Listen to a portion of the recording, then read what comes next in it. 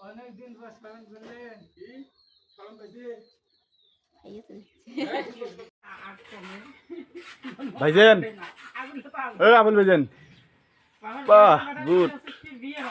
TikTok হবে এলে দিয়ে আমার বাপের সর্বমোট কতগুলো জমি আমার দাদার ভাগে হচ্ছে ভাঙো ভাঙো বালু ভাঙো না টিকটক হবে এগুলো দিয়ে যখন কভার হয় না হ্যাঁ আম ভর্তা খাও কি কাণ্ড রে আসেন খাইলে আসেন খাও খাও এত ভাত কে দারুণ একটা খাবার হ্যাঁ মিটি আম ভর্তা খা এত ভাত কে সেই ভাত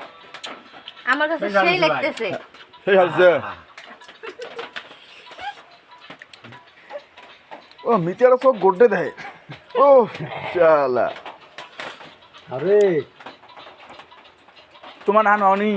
শেষ হয়ে গেলে না তুলনামূলক অতটা টক না না সুন্দর খাওয়া যায় অমন ভাই আনা খাও শ্বশুর মশাই গল্প করতো খালি খাও তো তোমার আমরা সেই টক খাওয়া করেন তো খাও তুই খেলা করেন তোমার কিরা আমরা সেই টক জানি আমরা তো জানি না পরে কয়টা আম পাড়ে দিছিল একবার